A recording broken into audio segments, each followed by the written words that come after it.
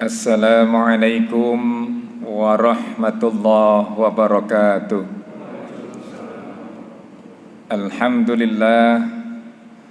Alhamdulillahilladzi anzala ala abdihil kitaba wa lam yaj'al lahu iwaja qayyiman liyunzira ba'syan shadidan min ladunhu wa yubashshiral mu'minina alladzina ya'maluna sholihati anna lahum ajran hasanah.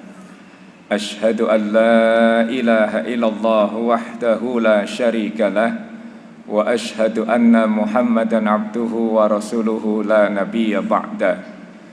Wassalatu wassalamu ala Rasulillah Muhammad ibni Abdillah wa ala alihi wa ashabihi wa man tabi'ahum bi ihsanin ila yaumil qiyamah. Amma ba'du. Bapak Ibu saudara-saudara jamaah salat Isya wat tarawih yang dimuliakan oleh Allah, kiranya mudah-mudahan kita tidak bosan, tidak jemu, tidak capek, tidak lelah mengucapkan rasa kesyukuran kita terkait dengan segala nikmat dan fasilitas hidup yang Allah berikan kepada kita. Dari kesemua nikmat itu, Nabi kita Muhammad SAW senantiasa mewanti-wanti kita untuk tidak meninggalkan dua nikmat, yaitu nikmat sehat dan nikmat lapang. Karena dua nikmat ini adalah dua nikmat yang paling banyak dan paling mudah dilupakan oleh manusia. Nikmatani mahbunun fihima katsirun minan nas as-siha wal faragh. Dua nikmat yang paling banyak dilupakan, diabaikan manusia, yaitu nikmat sehat dan nikmat lapang. Dan alhamdulillah dengan izin Allah kita mampu mendayagunakan semuanya itu, sehingga dengan izin Allah pula kita dapat menunaikan Siyamul Ramadan dari terbit fajar sampai terbenam, kemudian disambung dengan Qiyamul Lail atau Qiyamul Ramadan. Teriring doa semoga seluruh rangkaian amaliyah ibadah kita di bulan suci Ramadan, baik Siyam, Qiyam dan lain sebagainya, mudah-mudahan senantiasa dicatat dan diterima oleh Allah Subhanahu wa ta'ala. Bapak Ibu saudara-saudara yang dimuliakan oleh Allah, ketika Nabi Allah Ibrahim alaihissalatu wassalam berdoa kepada Allah, Rabbana wa ba'ats fihim rasulam minhum yatlu alaihim ayatika wa yu'allimuhumul kitaba wal hikmah wa yuzakkihim innaka antal azizul hakim. Di ayat itu Allah Subhanahu wa ta'ala merekam sebuah doa dari Nabi Allah Ibrahim alaihissalatu wassalam. Nabi Ibrahim meminta kepada Allah untuk kelak nanti itu Allah berkenan mengutus seorang utusan Nabi dan Rasul dari kalangan mereka manusia, yang kemudian akan membacakan ayat-ayat Allah, kemudian mengajarkan Alkitab atau Al-Quran, kemudian mengajarkan tentang hikmah, kemudian yang terakhir adalah tazkiyah wa yuzakkihim. Artinya Bapak Ibu saudara-saudara yang dimuliakan oleh Allah, apapun aktivitas kita kemudian itu ending akhirnya adalah kepada tazkiyah, proses pensucian hati kita masing-masing. Sehingga apapun aktivitas kita keduniaan, lebih-lebih aktivitas ukhrawi kita, itu harus disasarkan kepada kepentingan tazkiyah, pensucian jiwa, pensucian hati kita masing-masing. Percuma kemudian ketika kita melakukan aktivitas tetapi masih diiringi, dilampiri dengan beragam penyakit-penyakit yang dapat merusak kesucian hati kita masing-masing itu. Maka ending akhir dari semua perjalanan hidup dan kehidupan dengan segala problem dan aktivitas kita itu diminta untuk melakukan apa yang disebut tazkiyah. Nah, Ramadan ini merupakan sebuah media yang disediakan oleh Allah untuk mentazkiyah kita masing-masing. Nah, apa kemudian Ramadan yang kita maknai sebagai syahrul Quran, kemudian bulan tarbiyah juga, sehingga kemudian Ramadan ini melatih kita agar kita mampu dan menjauhkan diri kita dari 5 persoalan yang dapat merusak hati kita masing-masing. Hati ini penting, mengapa kemudian Allah Subhanahu wa taala kemudian membahas tentang Al-Baqarah di ayat-ayat yang awal itu menyangkut apa yang disebut dengan amradul qulub. Nah, pada tingkatan di bawahnya amradul qulub itu Ibnul Qayyim Al-Jauziyah itu mewanti-wanti kita terkait dengan 5 perkara yang dapat merusak hati kita masing-masing. Dalam kitabnya Madarijus Salikin itu Ibnul Qayyim mengupas ada 5 perkara yang dapat merusak hati kita masing-masing. Mufsidatil qalb khamsatun. Rusaknya hati itu disebabkan 5 perkara. Yang pertama adalah kasratul khulato, terlalu banyak teman. Apakah itu di pertemanan di dunia nyata ataukah pertemanan di medsos, Facebook, Instagram, macam-macam. Pertemanannya banyak, followernya banyak. Sehingga aktivitas anak kita ini kadang di rumah, tapi membuat konten-konten kemudian ketertautannya seperti itu.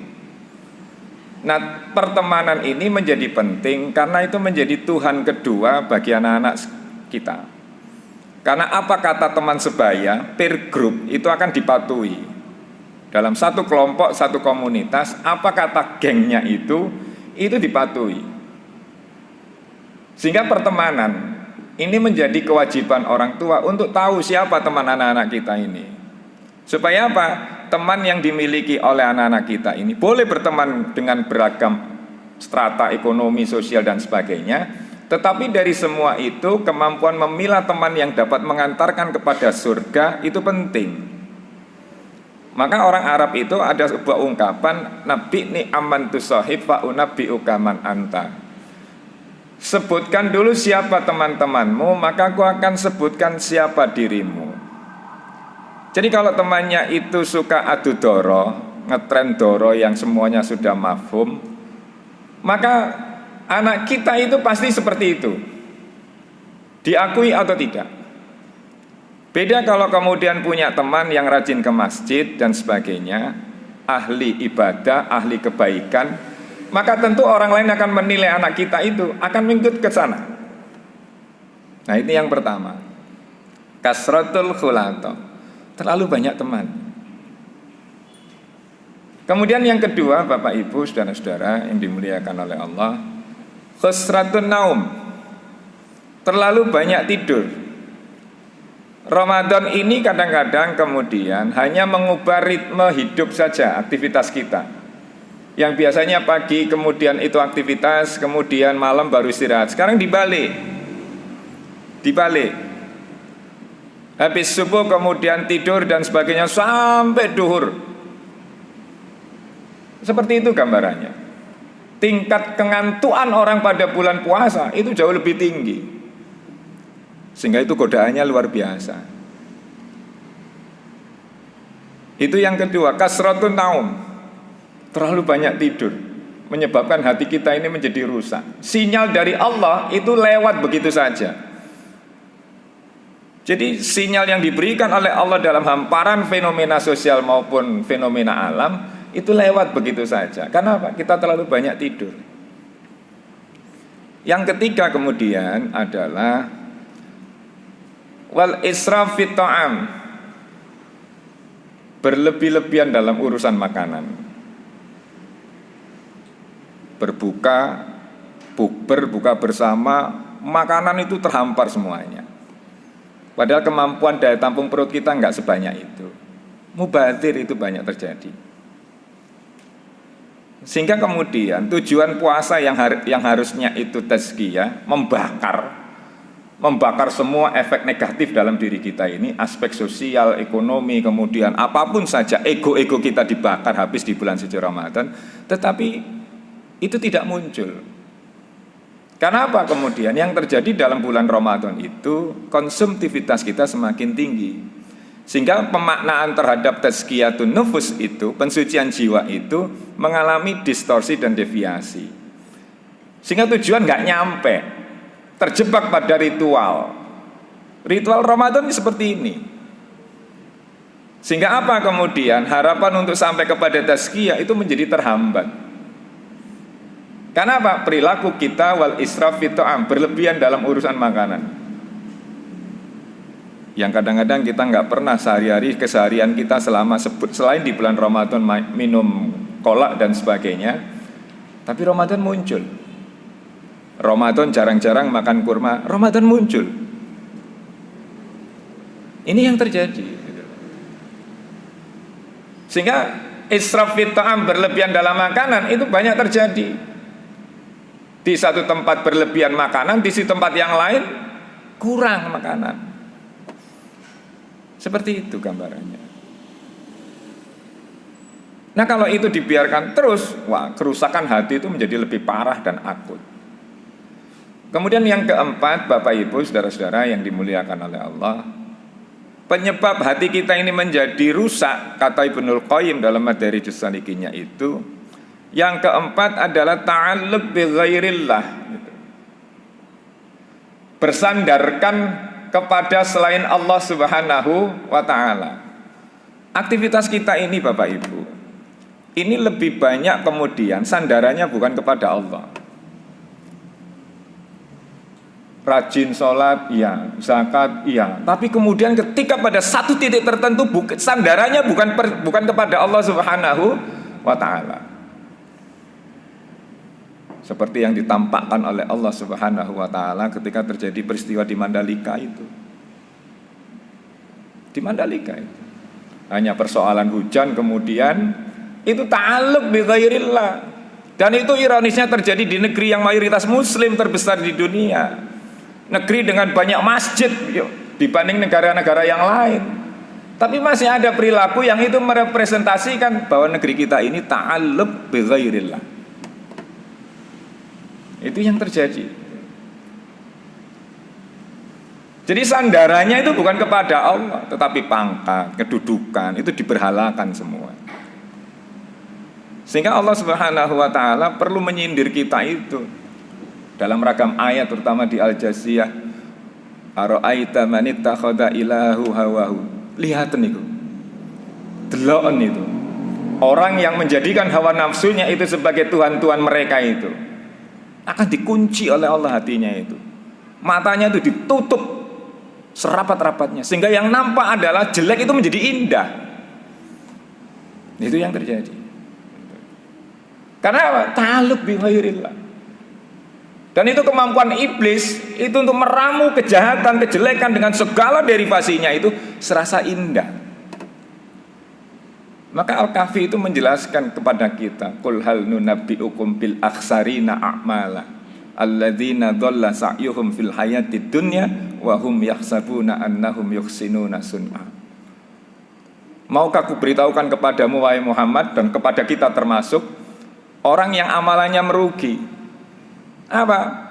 Merasa dia berbuat baik, tetapi justru kerusakan, merasa berbuat apapun kerusakan itu, tapi dalam pandangannya dianggap baik. Kan itu tadi, pandangannya sudah di kemaksiatan itu menjadi lebih indah. Nah, sehingga apa akhirnya kemudian sandaran kita ini tidak lagi kepada Allah Subhanahu wa ta'ala. Klene perdukunan itu merajalela dalam berbagai jubah dan busananya itu menjadi lebih indah. Sinetron, FTV, itu sinetron adalah sebuah ta'alluq bil ghairillah. Sehingga apa kemudian? Melenakan diri kita dari Allah Subhanahu wa ta'ala. Maka jangan berlebihan terhadap semacam itu. Sehingga apa? Ketika berlebihan melenakan diri kita dari Allah Subhanahu wa ta'ala. Kemudian yang kelima, Bapak Ibu, saudara-saudara yang dimuliakan oleh Allah, adalah watamanni. Watamanni itu diartikan dalam Madarijus Salikin itu orang yang terlalu banyak angan-angan, yang angan-angannya itu tidak ada kepentingan sedikit pun bagi dirinya dengan kehidupan di akhiratnya. Jadi kepentingan akhirat kita ini nggak masuk dalam hitungan kehidupan kita yang diangankan oleh kita ini. Kita sibuk dengan urusan dunia kita masing-masing, sehingga urusan akhirat itu lupa. Itu yang terjadi itu. Padahal Allah sudah menandaskan wabtaghi fima ataqallahu darul akhirah wala tansa nasibaka minad dunya. Yang didahulukan adalah akhiratnya. Itu yang terjadi. Sehingga apa kemudian kita sibuk dalam, apalagi kemudian dengan pandemi kemarin kita diingatkan oleh Allah supaya konsentrasi untuk akhirat. Tapi ketika sudah melandai menjadi endemi, sudah persiapan sudah. Tiket mudik, tiket habis. Flash sale tiket itu 2.700 tiket itu habis terjual ludes. Padahal Allah Subhanahu wa taala yang dipesankan oleh Rasul ketika menjelang di akhir-akhir Ramadan, Allah juga menjual flash sale itu. Dijual cepat tiket-tiket dari Allah Subhanahu wa taala. Itkum minan nar. Tapi juga enggak banyak yang beli. Enggak banyak yang beli tiket dari Allah itu. Justru flash sale yang 2.700 lembar tiket itu habis itu. Moda transportasi angkutan darat, laut dan udara habis. Bahkan beberapa pemerintah kota maupun provinsi menyediakan dan memfasilitasi mudik bareng gratis itu. Seperti itu Bapak Ibu gambarannya. Sehingga kemudian kita ini sibuk dan tidak mengenalkan nama kita ini tercatat di dalam perbincangan komunitas penduduk langit. Kita nggak pernah memperhitungkan apakah nama saya itu jadi perbincangan penduduk langit ataukah tidak. Nggak pernah risau.